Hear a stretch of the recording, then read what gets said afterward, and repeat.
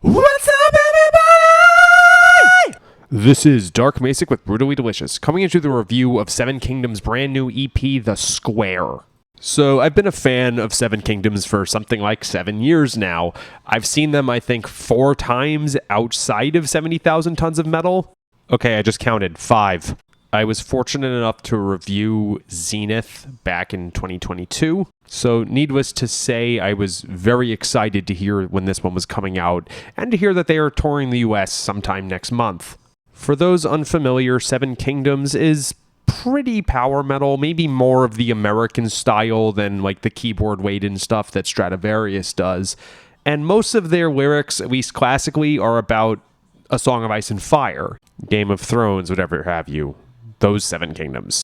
Their last album was a little poppier than what a lot of us were expecting. I loved it, but Love Dagger was a little different than the old thrash power whatever hybrid they have. So this EP is really cool in that I think it's a perfect blend of both of those styles. There's 5 songs on it. We're going to talk about 4 of them, as in 4 out of the 5 tracks are highlights. Guys, this is great. Okay, so the album kicks off with the title track, The Square. This is totally immediate ass kicking. I love it when bands just hit you right in the balls instead of giving you an atmospheric intro. Sometimes that works, but a lot of times it's just kind of passe and like, oh, I guess we need to do it again. This is back to their previous style. A lot less poppy than what, a lot of us found on Zenith. It could easily fit in with something like In the Walls. I'm sure this song is going to be very well received live. You better play it. And actually, if they're going to open the show with this, maybe it deserved an atmospheric intro so they can walk out to it. I digress. Kick-ass song.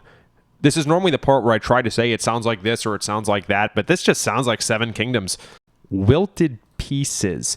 This is some happier stuff. I would say the main theme is a cool hybrid of Time for Change by Motley Crue and Too Late for Sorrow by Dragonland. I bet that's a brand new English sentence. It's a beautifully written song. It's simultaneously triumphant and sentimental. I actually have no idea what it's about. I should probably have read the lyrics, but it's left me puzzled in the coolest way possible. That makes me say, I gotta keep listening to this until I figure it out. And even then, I'll probably be wrong. There's some great emotion in Sabrina's vocal delivery here. Great job. And I think this is new to this EP. Maybe I just missed it in the production of their previous work. I think I hear some great vocal layering. Like, listen to the way that Sabrina's vocals are in the mix and the backing vocals. It's awesome. I don't think they've done that before. The Serpent and the Lotus.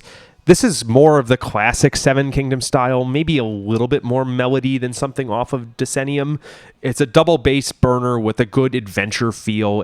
The kind of thing that would fit in an HBO prequel about Robert's Rebellion.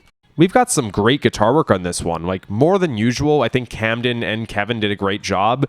I could totally see Rhaegar's skull getting crushed by Bobby B while that solo's going.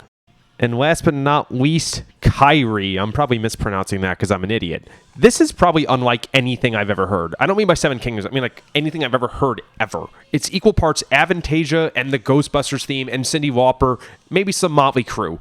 Like, what? There's some really good melody to it, but it's also metal. And there's some funky 80s synth going on. That's why I said the Ghostbusters theme. It is so weird, but it's so good, and it works. Okay, so here's a band that doesn't stop evolving. 3 years ago, when they put out Empty Eyes, the song Voluncar, I was thinking like, wow, that band was 14 years into their career and did something new then. And now we've got this EP, which is simultaneously true to its roots and also creating new shit that has me excited.